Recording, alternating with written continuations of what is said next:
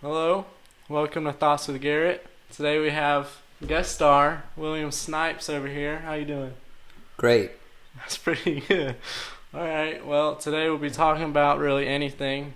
I mean, some people sent in some questions, so I think that'll be really good.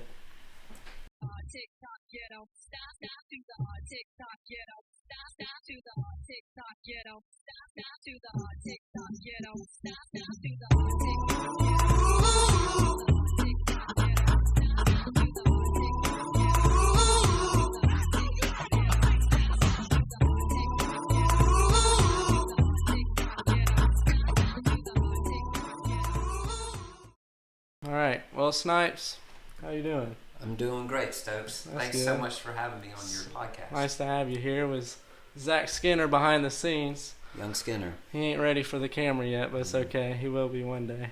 All right. Well, what you doing since Corona? Um, well, a little bit of school, but not a whole lot. Hanging out some with people whose moms will let them hang out. 6 feet away. 6 feet away. Yeah. A lot of time on the Swamp Rabbit Trail, on the bikes, a little running. You been running any, Stokes? I was for about 3 times. Okay. And then that stopped pretty fast. You're a good runner, Stokes. Yeah. What's your 2 miles and 3 miles? You did 3 miles one day? Yeah, that was fun time. Yeah. In Harlem, Harlem, Georgia. the best place. I hope I've somebody's listening in Harlem right now. You need to send it all over to them. All right. Well, you're pretty known for like your Bible studies with high schoolers and like younger people. So how did that begin? Started in 2005. Mm-hmm. Just pretty cool. Started with 3 guys that were going into 8th grade in 2005.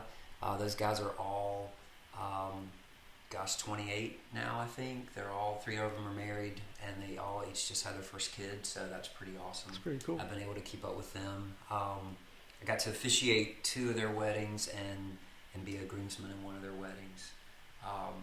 So yeah, 2005, that was just something the Lord told me to start. A Bible study with some guys in 8th grade, and then it just kind of grew from there, where the next year there was another group of guys that wanted to have something like that, and so then we had 2 groups. We had a 9th grade group and an 8th grade group, and the next year it just kind of happened. Just kept again, growing. and now it is what it is. It's And pretty we good. also appreciate you wearing your Ecclesia hoodie tonight. Ecclesia. So, You can buy one at the next Ecclesia event, which will be. which I was thinking about that on the way out here. It's interesting you say that. We usually have one right around graduation time, so that's going to be an interesting time now. But hopefully by then, that would be late May, early June. Maybe some things will have changed so that churches are kind of opening back up and people are gathering more than they are now. I know there probably will maybe still be some people that won't be able to be there, but we'd love to do something maybe into May, beginning of June, and get everybody together and recognize our graduates, recognize our 8th graders that are going into high school, I remember that. just like we always do. Yeah. All right. Well, speaking of high schoolers and stuff, you're now a high school coach. Yes. How were you back in the day? Tennis skills. My tennis skills were about like they are right now, which is pretty average. Not on your level, Stokes. Not playing down on court 5 like you do. You know, hopefully it gets up to 4-3. You know. And I didn't have a lot of confidence in myself back then, so I was that person that. And I went to a high school that was really large, and sports were really competitive there, and so I wasn't even willing to try. That's why I always now, like, somebody wants to come out and try something, I always encourage them to do it because you will get better and you will have a good time and you will make some great friends. You will.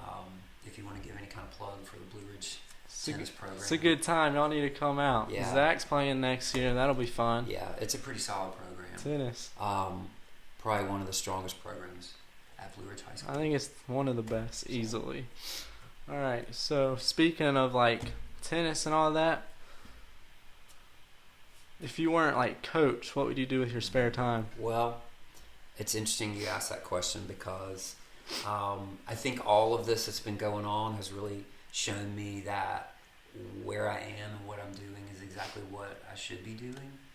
If I ever questioned that, if I ever thought I wish I had more free time or time to be home or time to do different things, this has really confirmed for me that being at Blue Ridge Middle School and being at the high school and being with you guys and going places on the weekends like we do in speaking and doing camps and stuff is exactly what the Lord made me to do.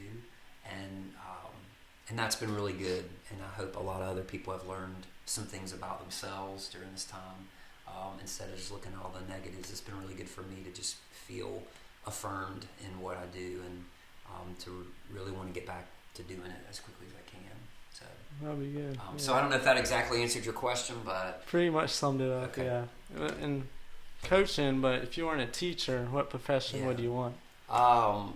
well, I guess if I wasn't teaching, I probably would pursue ministry more in some more formal way, like working for a church or some sort of organization that does ministry or missions.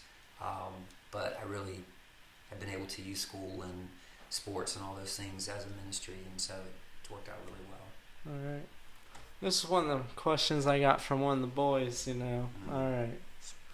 If you could take a girl anywhere on a date, what's your ideal date? Oh, that wasn't on your list. I know. I had to surprise them with one, I see what you're doing there. Ideal date.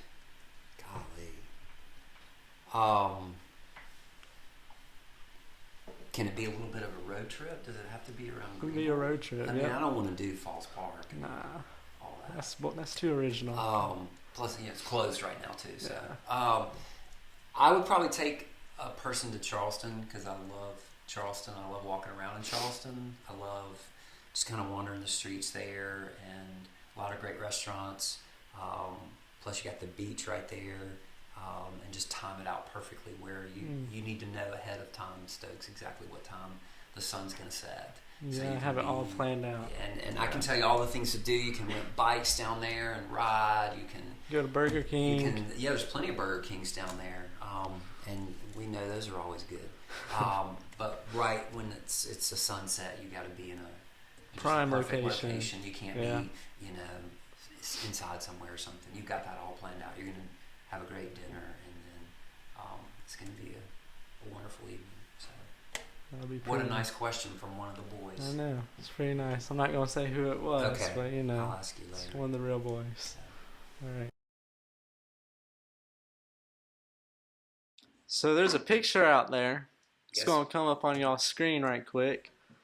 And it looks like you're modeling in front of someone who vandalized a wall. I'd What's love up to with tell you that? about that, Stokes. That is in Jefferson City, Tennessee, which is where Carson Newman University is located. Mhm.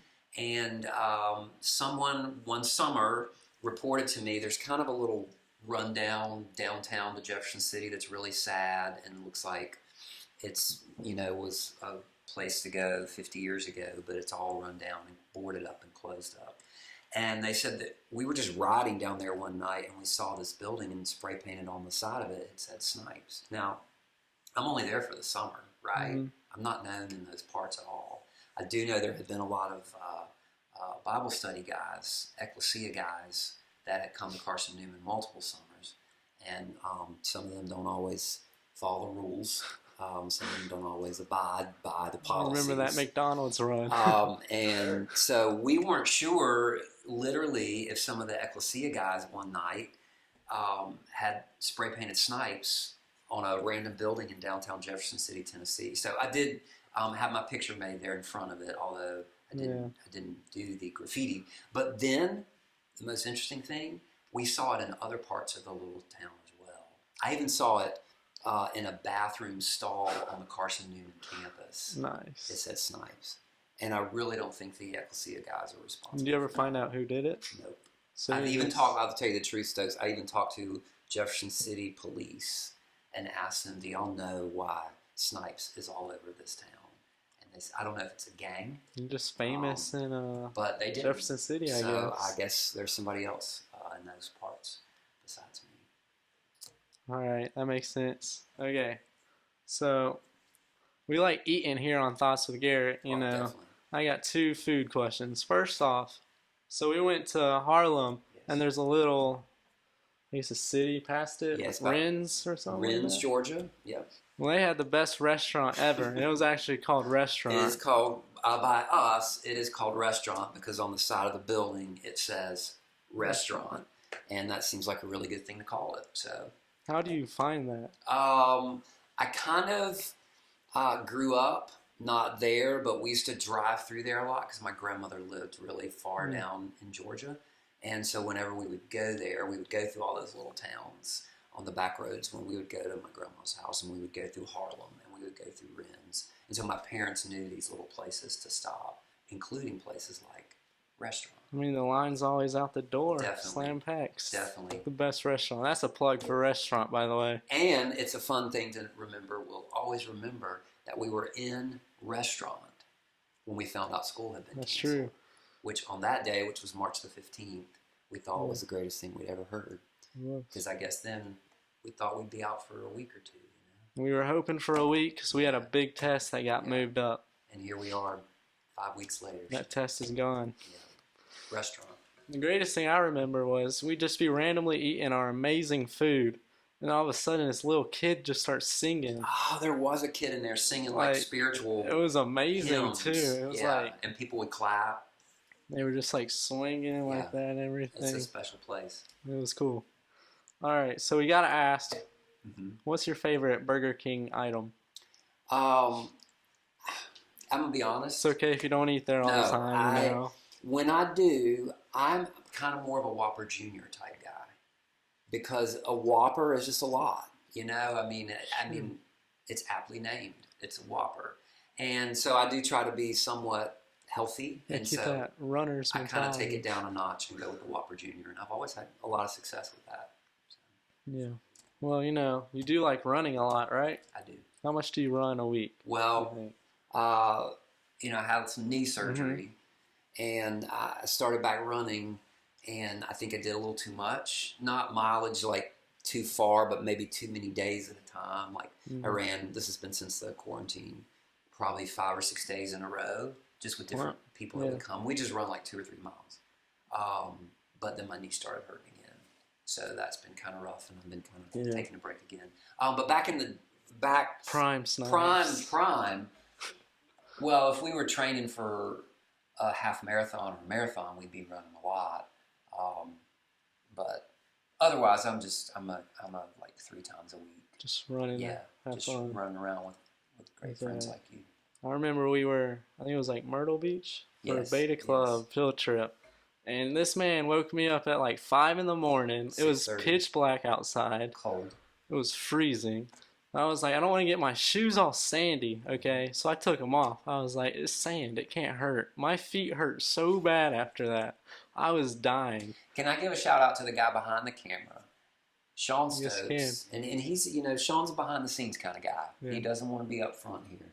But if I'm remembering correctly, Sean ran twice, which doesn't really happen at the Beta Club trip. He ran Thursday morning and Friday. Oh, wow. And there was it's impressive. I think only Sean and one other person showed up on Friday morning. And this year, not to be sad, but we didn't run at the Beta Club convention because I'd had my knee surgery and I definitely wasn't running back then. And so they missed out on that, and they missed out on my yearly. Yeah, unfortunate for them. So, do they do the workout? The previous Total Body Fitness? Mm-hmm.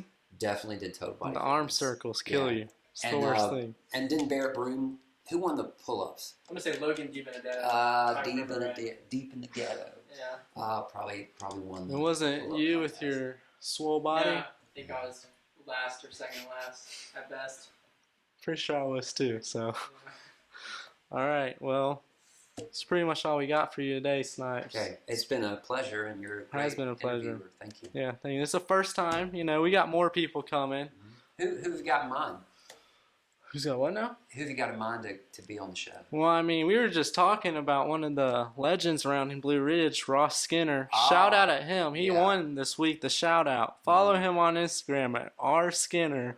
Get this, okay? 625827. Okay, so you guys are going to need pencil and paper probably to get that Instagram down. Yeah, don't lose it. It's important. But Ross is he the owner of Skinner Hardwood? Zachary? All right. Yeah. How did he get into that? Just kidding. We'll ask him. He's a pretty big name in the upstate, though. Pretty much is. I mean, his stickers all over and shirts. I still don't have a shirt, by the way. What's up with that? Who else would you like to have on here? Richie Stevens. Definitely. He's going to be on here, but I think he's kind of scared of Corona. And then I don't know who else. I think we're going to have Braden Enlow and John Kaufman, founders of BSC Bassin. That's another YouTube. Go follow them. Man, I'm just plugging everybody in this video. But that'll be a good time too. Yeah. Great guys. I think that's it for this podcast. Thank you, Stones. Thank you for watching. We'll be back next week.